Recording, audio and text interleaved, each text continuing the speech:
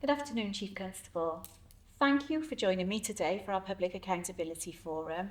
And today we've come out into the community. We're here in Newbridge at the Newbridge Memo, a building that's really at the heart of the community here and means a lot to the people, not just in Newbridge, but across Gwent. And of course, you'll be familiar with this fantastic location. We've been going out and about across the community, talking to people here across the Caerphilly borough about their experiences of policing and any concerns that they may have. Now, those discussions have identified some key themes, which are concerns that the people of Caerphilly would like me to share with you.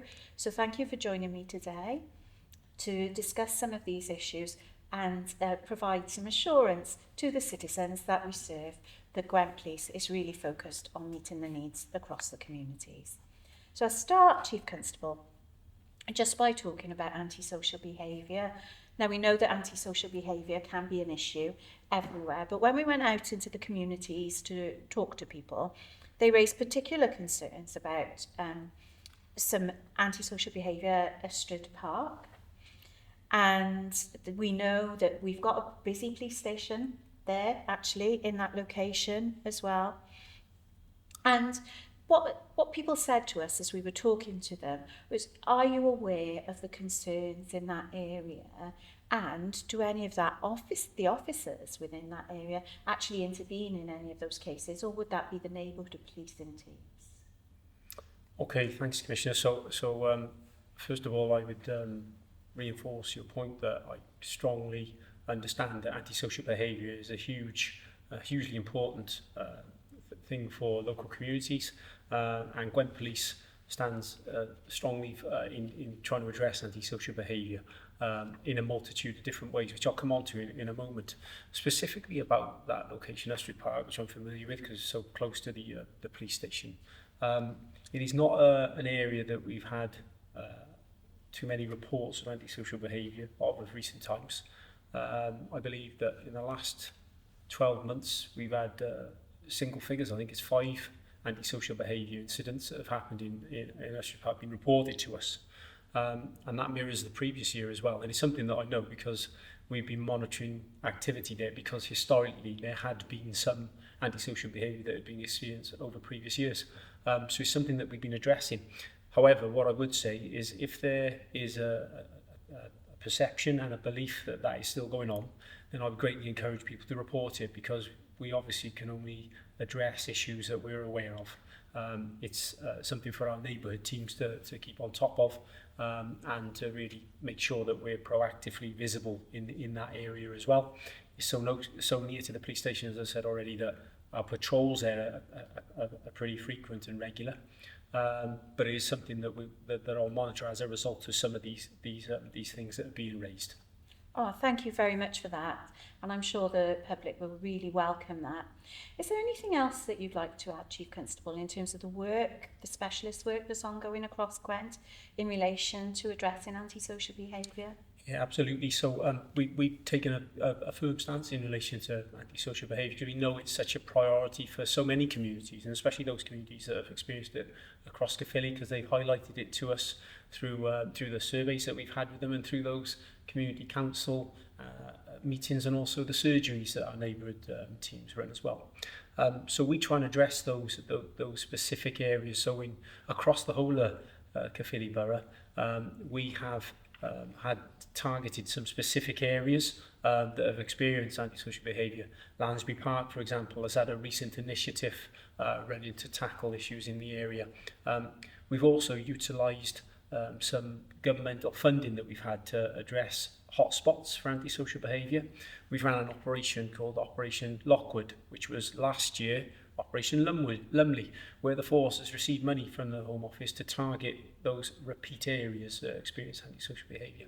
Specific to Caerphilly, there have been 4 areas that were highlighted for this type of behaviour. 2 in Blackwood, one is around the bus station, and one is around Kevin Road Park area and the surrounding area, and 2 in Rumney, one near to the train station, and another around High Street and Church Street. And what we've had is we've had targeted patrols in these areas where officers are out on foot and visible. It's having a real impact. It's driving antisocial behaviour down. We've invested over 7,000 additional hours across the whole of the year in the top areas that would be highlighted across the whole of Gwent, and it's pleasing to see those results. But there's also diversionary things that we're heavily involved in as well. So our community action teams who've been working in Blackwood and then in Bargoed, specifically to Caerphilly, have been working keenly with the community and with young people to give them things to do. And they've been working with the local authority and the leisure centres to run programmes and activities. There's an exciting 8-week project that's undergoing at the moment up in Bargoed Leisure Centre. And we've also run additional programmes like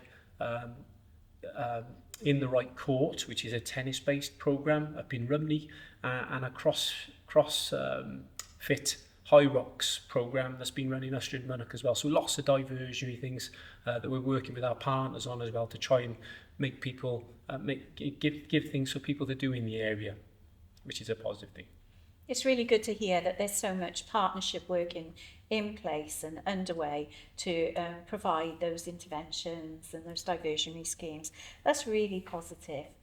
Just, you mentioned then a point you made about having people out in the community, that visibility. And of course, if people are out in the community or they're patrolling, one of the things they can't be is in the police station at the same time. Mm-hmm. Now, we've had quite a few questions about the police station in Caerphilly, in the town centre, because as you know, at the moment, for members of the public, it may appear that it's closed. So the public are asking us, what is that station currently used for, and are there any plans for it in the future? Okay, so with regard to the actual police station, I think on the wider concept, what we've got to do really as a service is make sure that we spend our money and we place our resources both effectively and efficiently. Now, I know that it's quite a contentious issue in relation to police stations and having open police stations with front desks operating, but it is quite an expensive process to undertake. So you've got to make sure that those buildings that you've got accessibility have got the sufficient footfall to warrant having full-time staff members there at such a right throughout the day and the evening. Because what we find is the way that people connect with us is far more diverse than it used to be traditionally by walking into a police station, which you understand with the development of mobile phones, with people utilising emails, contacting us via a single online home, and also when they feel comfortable don't feel comfortable contacting us direct, going through anonymous sources such as Crime Stoppers or other independent third-party agencies that assist reporting things as well. So we've seen a real big change in relation to contact with police services. So we have made sure that our main police stations have got those opening times throughout the week. With regard specifically to Caerphilly, the footfall for that building was particularly light. It did not justify being open to public use. However, what we've got to do is under our whole estates review is look at what we can meaningfully use it for, and that might be for a specific policing purpose, but it may be something that's got more opportunity to work with other public services or other partners as well as a joint initiative, because it is a good location centrally in the town, and optimising that building is something that I'd like to see moving forward. Thank you for that, and I'm sure that's very reassuring to our citizens to hear that as well.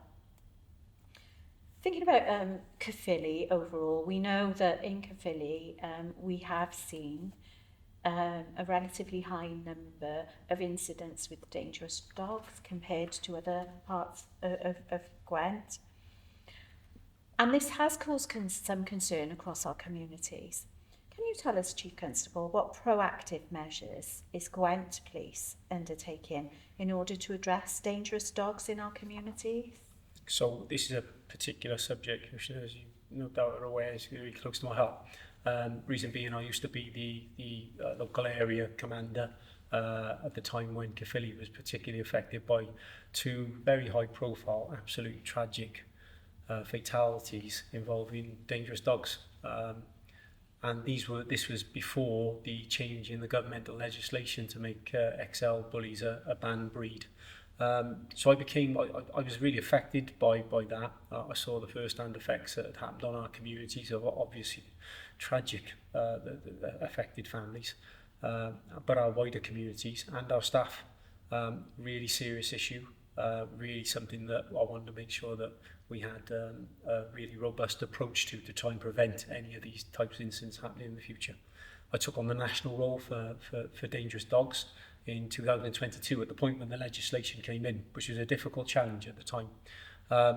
What I would say is that Caerphilly have been a particular outlier for its size as a local authority, and a bit ahead of the curve, understandably, on reporting types of dangerous dogs because of the concerns. So I back this up with figures. I know the figures. In 2020, there were only 2 dangerous dogs reported to us that were of this type that were seized in Caerphilly. By 2024, that had reached 40 dogs, and last year was 29 dogs. That's a rapid increase over a short amount of time, and we're still seeing high numbers now, and that's just for Caerphilly. The Pan Gwent numbers are far higher than that. What we're doing is we're robustly dealing with these incidents. We encourage greatly the reporting of them. We will take positive action. We've trained more dog legislation officers to be able to type the animals and to seize them effectively and to kennel them appropriately and to deal with them through the right court system, because we've got additional dogs in the system as well, which are dealt with by an interim exemption scheme as well. And what we do is we also work really closely with the local authorities on what I think is a bigger issue and a long-term issue, which is educating everyone in the community to get the right dogs for them and to have responsible dog ownership. Really people understanding before they purchase what is a big commitment. Is that dog going to be what they want for their family dynamic, their working setup, their home?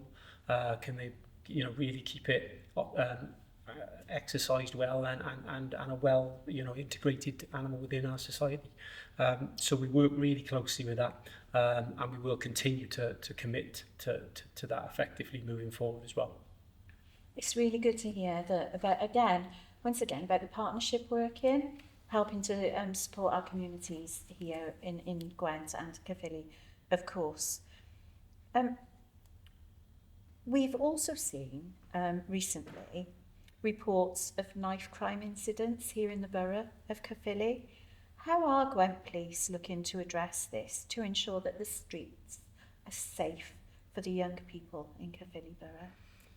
Okay, so within force, the Gwent Police strongly would be prioritising knife crime in line with the Home Office aspiration of halving knife crime over the next decade. We want to do everything we can to make sure that happens. We're effectively tackling this issue, which we know can have such a dramatic effect on our communities, and we've got to do that proactively by educating people, but also taking positive action to take knives off the streets. We strongly advocate that every knife seized is potentially a life saved, and therefore everything we can do to stop such serious harm happening to people we'll do effectively. What we do also is work with additional partners on campaigns. So we will run Operation Scepter, whereby we have a knife amnesty effectively, and we try and market that effectively, utilising people like Crime Stoppers to advertise that for us. And also working with trading standards as well on those people who might be selling knives illegally, both online and in person. And also working with our border agency colleagues for people who are buying imported knives to ensure that we can stop these types of weapons coming into our communities and keep everybody as safe as we can. Chief Constable, a number of the people that we've spoken to when we've been talking to people here in the community in Caerphilly have raised concerns about awareness of serious and organised crime here in Gwent. What steps are being taken to tackle county lines drug activity here in Gwent and in Caerphilly?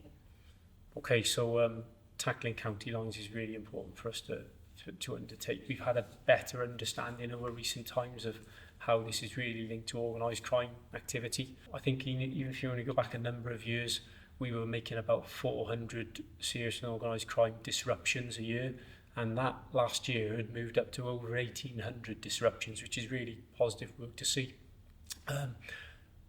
We in Caerphilly particularly have been tackling some of these issues, and when I think of these issues in Caerphilly, I specifically think about Rumney, where for the last 2 years we've been running the Respect Rumney campaign, which is in line with the governmental drive of Clear Hole Build, whereby we look at really tackling organised crime within an area. It's been hugely successful. Again, working with partners has been essential to this, but some of the results we've had in Rumney in that last 2 years include 25 warrants, 23 arrests, up to 7 years of imprisonment for different individuals who've been involved in supply of Class A and Class B, and £110,000 worth of seizures in that area alone. Though that Respect Rumney awareness sort of campaign is coming towards its end, we are hugely intent on continuing that built-up relationships with our local communities, because we're totally reliant on information and intelligence, people reporting things effectively about people they're concerned about within their areas. We know there's a strong link between drugs, organised crime, and real gravitas of offences, things such as people trafficking, real child exploitation, really top-end things that we want to see wiped out. So it remains a strong focus for us moving forward, and one that we've recently been inspected on as well, on the way that we deal with serious and organised crime by Her Majesty's Inspectorate, and the early indication that we had back is very, very positive verbal feedback that we are doing things very well, which is really encouraging to see. Absolutely. Thank you for that, and thank you once again for providing that assurance to our citizens. These are the questions that have come from the public. So thank you once again for that. I'd like to move on, if I may, to a slightly a different topic, and that's violence against women and girls. Now, only yesterday or on the weekend, we celebrated International Women's Day. We've worked together on the White Ribbon campaign, and as you know, reducing violence against women and girls here in Gwent is one of the priorities of my Police Crime and Justice plan.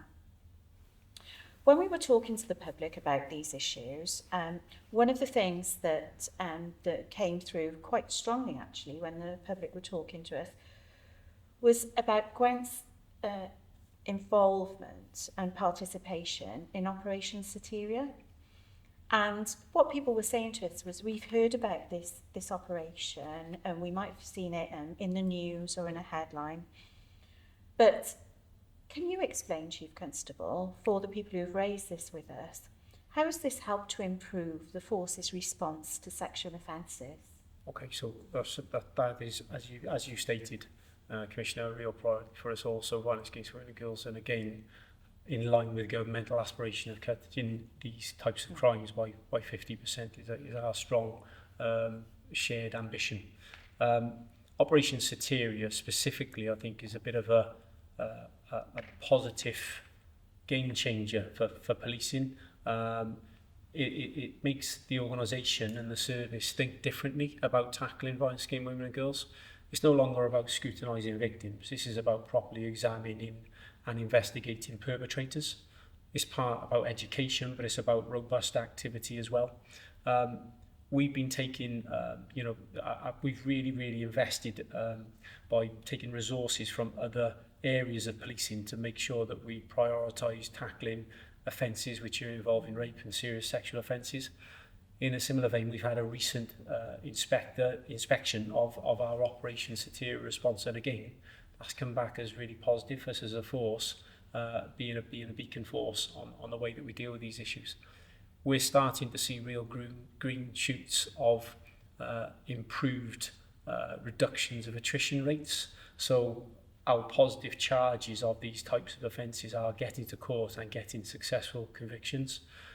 The figures that by comparison to the initial reports are nationally low, but we reflect well by comparison to other forces. There's still room for improvement. We're working with the Crown Prosecution Service greatly to try and enhance what those conviction rates turn to. But I'm really encouraged by what we're doing there. I think I'd also like to just mention on the wider aspect of violence against women and girls, how much we concentrate on trying to prevent and keeping our areas safe is of huge importance. We've run an operation within Caerphilly, which mirrors what has been undertaken in Newport. So basically in Newport we ran Operation Vigilant, and in Caerphilly we've called that same operation Operation Titanium. What it is an operation which concentrates on making sure that females who are in the late night economy areas are kept safe. This has involved being in Caerphilly and specifically around Blackwood and the late night economy areas there on Friday and Saturday nights, giving advice to females, giving them whistles, glow sticks, anti-spiking devices, things that will really sort of assist in keeping them safe and stopping them from becoming vulnerable. And that's gone down really well from local residents as well. So I think that combined approach of education awareness, trying to prevent people from becoming vulnerable, plus a very strong stance on dealing with perpetrators to try and eliminate these types of crimes is going to remain our focus moving forward. I'm really interested in that, and particularly from a female perspective, as a woman. Again, going back to International Women's Day, I think it's really interesting all of the tools that we put together to help women protect themselves. But I think what's really important here is the last point that you made there in your response, because I know that's something that both you and I share a commitment to, and that is addressing the issues with the perpetrators. Women and girls should be free to go out Absolutely. and do what they like and feel safe in doing so, shouldn't they, Chief Constable? Absolutely. And it's really important that we address those issues with perpetrators. And that may well be also through some of the early intervention schemes that we fund with partners as well, those education schemes. 100%, you're absolutely spot on, and I think it's that if we can eliminate the perpetrator offences, and that is our strong focus of attention, then that is our number one priority. In the interim period, until we can get to that utopian state, we've got to do everything we can to safeguard people from becoming victims from anyone of that mind. And in a similar vein, that's why we also have run a really successful safer female running initiative, which we've run to over 600 running females across different clubs across Gwent as well, and that's been so warmly received. The Welsh Athletics group are looking to take that on and spread it across Wales. And that's some tremendous work, and it's been really good to be involved with that and to see that and grow. What a great example that is of working together. And for those women, I think, in the running clubs, of course, it's about safety, but it's also about having the confidence to report things that they see when they're out for their run, because if they run a regular route, they might see any changes or strange behaviour along there as well. So women can report that in as well, can't they? Absolutely, yeah. And similarly, I suppose, again, you go back to that importance of partner work when we are having these things highlighted to us that routes are particularly feeling unsafe because they're not well lit or they're secluded. Then we can work together to try and design out some safer spaces, which is a responsibility for us all as public services. Absolutely. Now, when we were talking to people in communities, some people came to us with some very personal experiences. And whilst I won't go into detail in relation to some of the experiences people shared with us, I think there are some points which are quite relevant that I would like to raise with you, Chief Constable. Somebody raised with us concerns around a friend who'd reported coercive control. The police were involved, and the police were taking forward the investigations into this, but some of the contact from the police came late in the evening. And this did cause concern to the vulnerable woman who was reporting this. And it's very difficult, isn't it, Chief Constable, with shift patterns and everything else, to know when the investigating officers are available. What more can be done to ensure that your colleagues across Gwent Police understand the potential impact that their actions may have on victims? So I think it's, first of all, I'd apologise to the person who found themselves in that experience. The last thing I'd want is somebody who had the confidence to come forward feeling uncomfortable about the follow-up activity that we as an organisation made. There's more that we can do. Clearly, that example in itself tells me. I know that some of our victim services showcase great work, and some of them show room for improvement. When we've had dedicated victims hub work, we often get really, really high levels of satisfaction back on the level of engagement and the frequency of engagement that we've had. But it's one of our priorities for this year. I'm in the moment at the moment going around different police stations, providing my annual Chief Constable's Roadshow, where I highlight things that I'd like done better, with a real focus of attention for things specifically for this next year, this next financial year. And one of those particular things is victim services. We are doing exceptionally well on answering calls in the control room, one of the best in the country out of the 43 forces, one of the best in the country at attending calls on time. Often our feedback that we have from people who've called us is that the initial response has been excellent. People have arrived, dealt with the incident, taken details promptly, crime things effectively, which we've been reported on as doing it in an outstanding manner as well, and being dealt with courtesy and respect. What we've got to ensure is we maintain that level of service throughout the whole of an investigation, that we keep our victims updated effectively, and we've got to get better in relation to that. And that involves being nuanced and tailored with specific incidents. Incidents involving stalking and harassment, coercive control behaviour and domestic abuse. We've got to be really considered and careful about how the person wants to be contacted, when they want to be contacted, by what means, because there's many ways that we can do that. We can do that via traditionality of in-person or telephone, but we can do it via other ways as well, social media, or utilising emails or correspondence in whatever that victim wants, and in the time parameters. So I suppose that's the part of the challenge for me, to ensure that my officers who are working really hard at trying to improve the way that we're doing things, who are under a firm understanding of the expectations, that they are doing those updates, but they're doing them in the right way, which is sensitive to the victim's needs. Yeah. And that is what we'll be looking to improve moving forward. Thank you. That's really positive, and I know that there'll be many people out there who will really welcome that assurance, and hopefully that will encourage more people to report. So thank you very much for that, Chief Constable. One of the issues that people raised with us when we were talking to them out in the communities, and sometimes this can be a localised issue, but broadly it was the issue of roads policing. And I know that we will all have in our communities areas or locations where residents will be concerned around driving that they feel is dangerous, where people aren't paying due care and attention. Here in Caerphilly, one of those areas that was identified to us was actually here in Newbridge, in the area between Newbridge High Street and Top Road. Mm-hmm. So how is Gwent Police addressing dangerous driving overall, and more specifically within this locality? And what more can the people of Newbridge do to assist you with this? So there's a lot. So road safety is another focus for us to really tackle, because obviously reducing the number of deaths and serious injuries on the road network is something we're keen on undertaking working with our partners as well.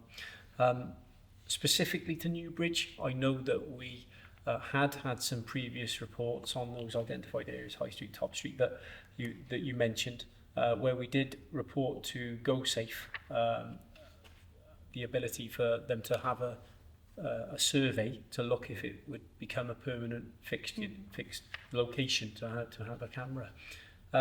They did undertake that for us. It didn't meet the criteria at that time. However, moving forward, we have got an agreement with GoSafe that it is going to be one of the agreed enforcement and education areas moving forward.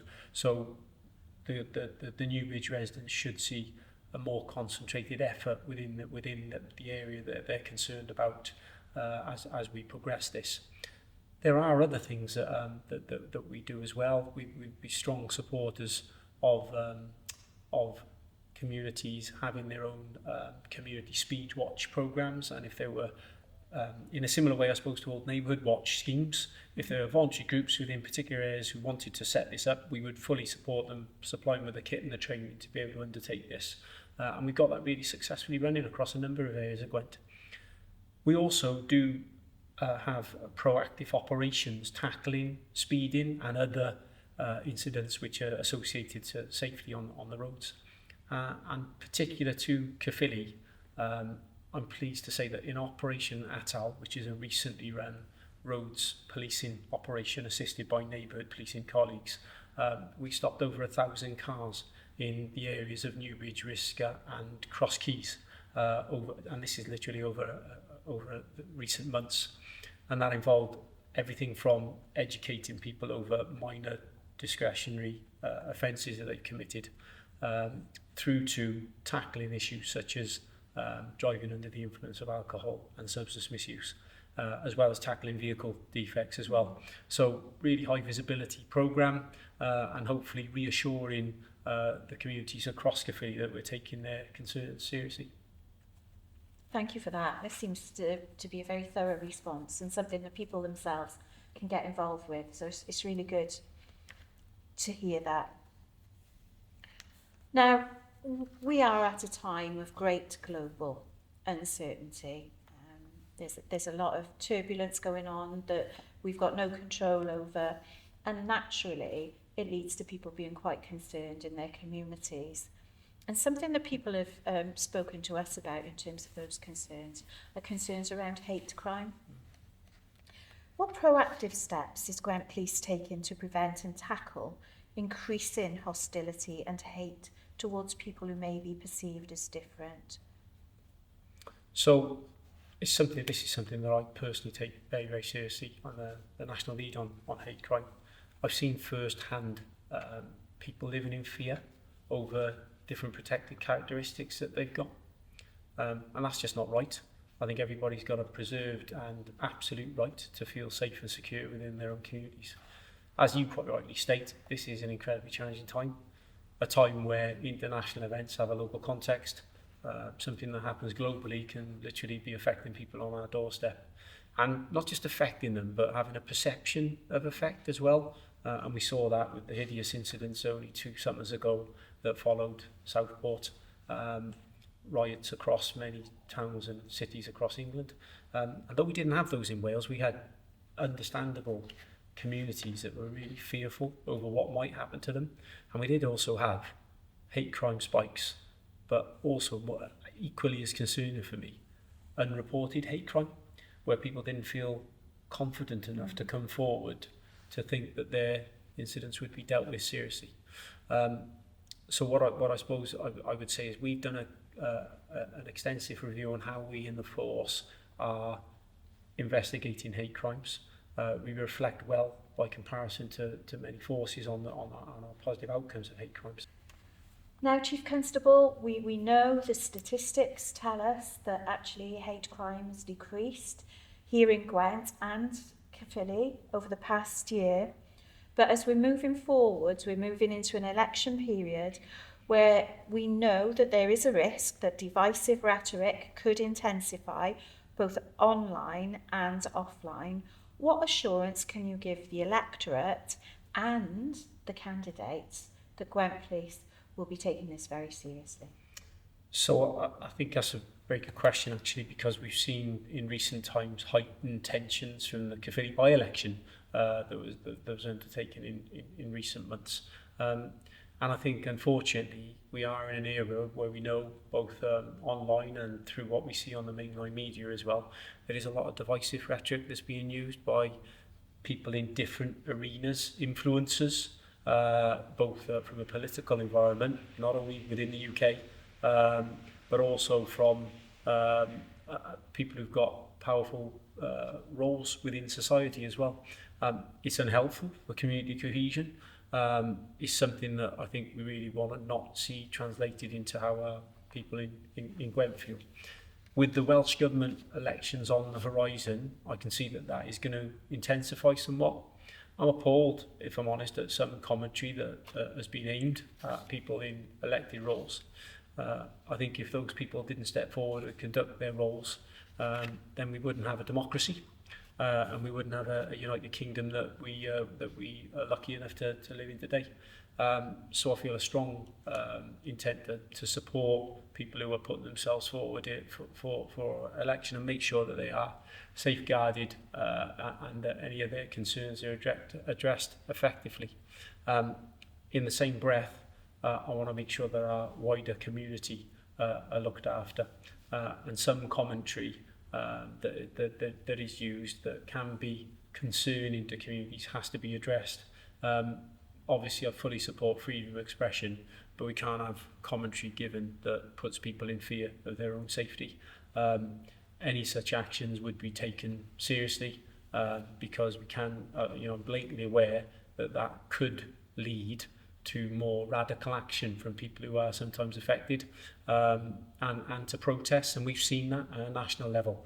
And I'll do everything I can to stop that happening within Gwent by being proactive, by our teams being out and visible, engaging with people, reassuring people, monitoring tensions effectively so we can have timely intervention really at speed and address issues that people are concerned about.